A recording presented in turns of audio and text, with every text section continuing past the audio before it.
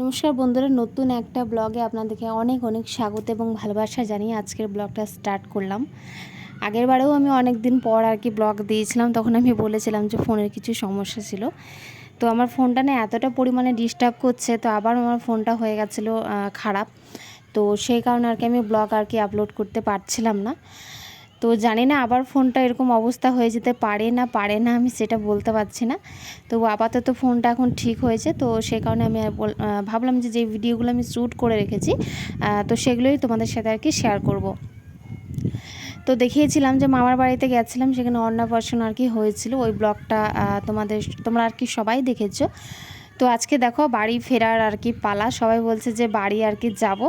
আর আমার যাইবো না, মানে দুটো যাইবো, ওরা বলছিল যে থাকবো আর কি। জানো তো, ওদের কিন্তু থাকবার ইচ্ছে ছিল, কিন্তু যেহেতু আমাদের ঘরে আর কি ছাগল আছে, তো সেই জন্য আর কি আসতে আর কি হবে, মানে মায়ের বাড়ির কথা বলছি, মাদের যেহেতু ছাগল আছে। তো এখানে এসে আমরা আর কি একদিন থাকবো, তারপরে আমি আবার শ্বশুর বাড়ি চলে যাব। তো বেশি দিন আর কি থাকা হবে না। তো দেখো এখন আমরা সবাই টোটোতে করে যাচ্ছি, সবাই বলতে দুটো টোটো আর কি করতে হয়েছিল। একটা টোটোতে তো সবাই আর কি হবে না, ওই কি বলবো, ভেবেছিলাম যে থাকবো মামার বাড়িতে, তারপর আরও অন্যান্য জায়গাগুলো ঘুরবো। কিন্তু আমরা থাকলে কি হবে, বাকি অন্যান্য লোক মানে কাজের মানে যারা আমাদের সাথে গেছিলো, জামাইবু দিদি আরও, ওরাও ধরো অনেক দূর থেকে এসেছিলো, তো সবারই বাড়িতে একটা না মানে একটা করে কাজ আছে। তো সেই কারণে আর কি সবারই আর কি থাকা হয়নি। তো বা কী করবো, মানে সবারই সাথে সাথে আর কি আমরাও আর কি চলে এলাম বাড়ি। আর এই দেখো মা দুর্গার আগমনের সময় হয়ে এসেছে, আর এই ফুলগুলো দেখেই কিন্তু বুঝতে পারবে। তো মায়ের বাড়িতে তো যাব, তারপর থেকে আমি কিন্তু শ্বশুর বাড়ি চলে যাব, বেশি দিন কিন্তু থাকবো না। তো দেখো আমরা এখন যাচ্ছি রাস্তার পথে।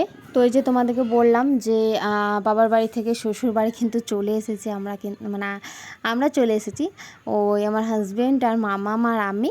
আর মামাম জানে তো বলছিল যে মামার বাড়ি থেকে চলে এসেছি, মামার বাড়ি থেকে চলে এসেছি। তো টানা 4 দিন 5 দিন এই যে বৃষ্টি হয়েছে, আর দেখো কেমন জল বয়ে যাচ্ছে। আর জানো তো এই টানা আর কি 4-5 দিনের কারণে কি হয়েছে, মানে আমাদের না মানে 4 দিন টানা একদম কারেন্ট ছিল না, জানো তো। আর কি বলবো, এই যে আজকে হচ্ছে বিশ্বকর্মা পুজো, তো আজকে ব্লগটা তোমাদের সাথে শেয়ার মানে করছি। আজকের দিনটা হচ্ছে বিশ্বকর্মা পুজো। তো টানা মানে 4 দিন বৃষ্টি হওয়ার কারণে একদমই কারেন্ট আর কি ছিল না, তো মোটরে আমরা জলও আর কি নিতে পারছিলাম না, খুব পরিমাণে আর কি সমস্যা হয়ে যাচ্ছিলো। তো কি করব, আমাদের এখানে একটা কল আছে, তো সেই কল থেকে আর কি জল আর কি বুইয়ে আর কি নিয়ে আসতে হচ্ছিল। আর এই যে দেখো বাইকগুলো সব পরিষ্কার করা হয়েছে। আর এইখানে দেখো এটা হচ্ছে আমার দেওর, এই আর কি প্রসাদ সব নিয়ে এসেছে পুজোর জন্য। তুমি কি খাচ্ছ দেখি? মিষ্টি খাচ্ছ? খাও। বিশ্বকর্মা পুজো আর কি দেখো আজকে, আর সবাই এই যে এখানে জল যাচ্ছে না, আর সবাই কিন্তু মানে ধুয়ে নিচ্ছে। আর এই যে জলটা তোমরা দেখতে পাচ্ছ, এটা কিন্তু পুকুর থেকে আসছে, ওই আমাদের একটা মাঠে আর কি পুকুর আছে, তো সেখান থেকে আর কি জলটা আর কি আসছে। তো দেখো কত সারি সারি সাইকেল লেগে গেছে, বাসগুলো ধোয়া হয়ে গেছে, সব ধোয়া হয়ে গেছে। আর মামাম না মানে মিষ্টি ওই লাড্ডু দেখেছিল, আর লাড্ডু দেখে খুব কান্নাকাটি করছিল, বলছিল যে আমি লাড্ডু নেব। তো দেখো এখন এই যে এখন জল যাচ্ছে। আর এই যে দেখো এখানে বাইকগুলো কিন্তু ধোয়া হয়ে গেছে। আর আমাদের বাড়িতে আছে 4টে বাইক, মানে 4 জনেকার 4টে বাইক আছে, একটা আমার দেওরের আছে, একটা আমার হাজব্যান্ডের আছে, আর এটা হচ্ছে ওই পাশকারটা হচ্ছে আমার কাকা শ্বশুরের বাইক আছে, আর তার ওই সাইডে মানে আমার ভাসুরের আর কি বাইক আছে। তো এখানে দেখো ও আমার দেওর আর কি স্নান করেছিল, তো ওকেই বলা হলো যে পুজোটা তুই আর কি সিম্পলভাবে এভাবে ঘরোয়াভাবেই আর কি দিয়ে দে, তো ও আর কি দিয়ে দিচ্ছে পুজোটা।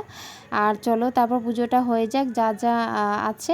তো ঠাকুরমশাই এসেছিলো, তো অনেকটা লেট করে এসেছিলো, তো সেই কারণে আর কি মানে বাইকগুলো সব নিজের আর কি কাজে আর কি নিয়ে যাবে, তো সেভাবে আর কি দাঁড়ানো আর কি হয়নি, ওই বাসগুলো আর কি পুজো করে দিচ্ছিলো, আমাদের বাইকগুলোর কিন্তু পুজো করা সেভাবে কিন্তু হয়নি।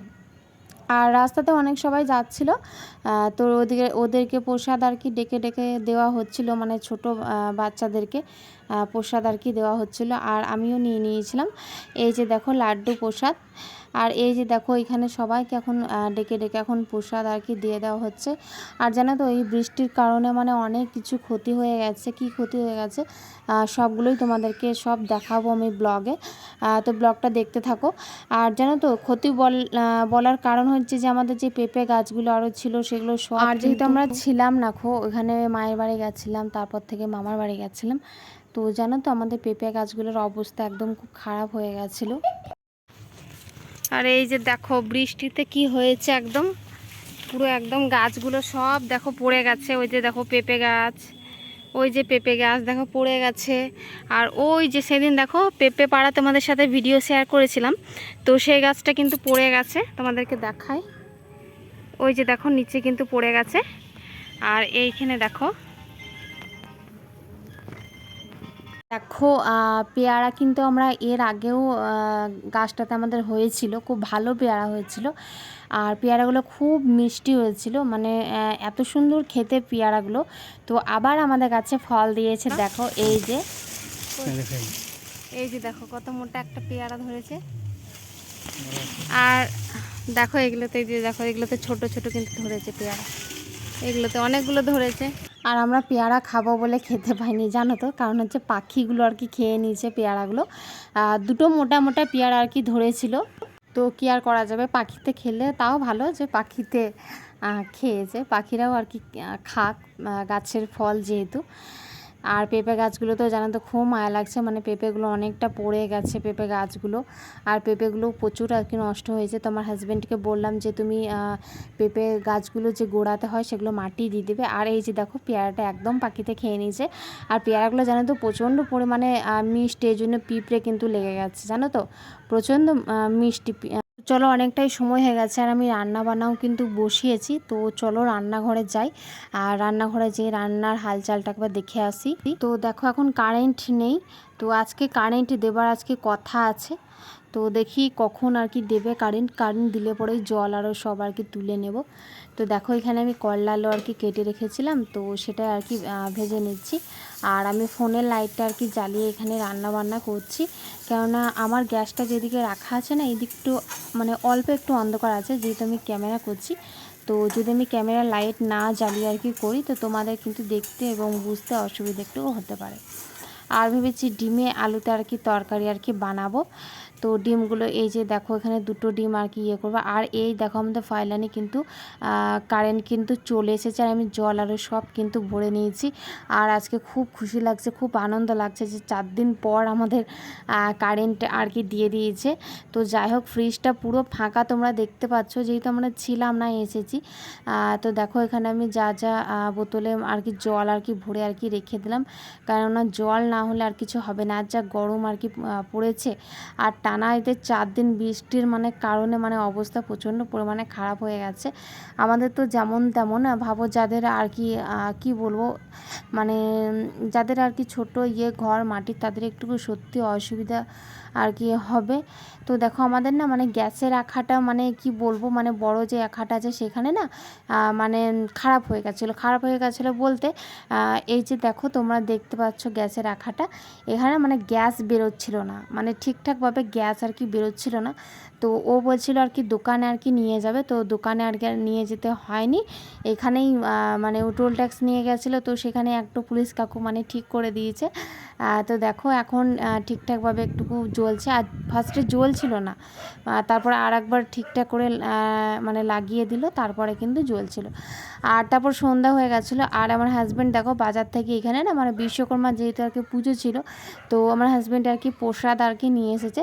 তো মামাম বলছিল না তোমাকে এখন প্রসাদ খেতে হবে না, তুমি এখন আমাকে বাজার নিয়ে চলো চকো কিনতে, তারপর তুমি এসে আর কি খাবে। তো দেখো এখানে মিষ্টি ছিল, সিঙ্গাড়া ছিল, আর লুচি ছিল। আমি একটা লুচি আর বোঁদে এই যে দেখো এখান থেকে নিয়ে নেব। আমার হাজব্যান্ড প্রসাদটা আর কি দিয়ে দিয়েছে, বিশ্বকর্মা পুজো যেহেতু ছিল বাজারে, আর লোহার আরও দোকানগুলোতে একটুকু বেশি ধুমধাম করে একটুকু পুজো আর কি পালিতে হবে। তো আমি একটুকু প্রসাদ নিয়ে নিই, তারপর আর কি আমার হাজব্যান্ডের জন্য রেখে দেবো।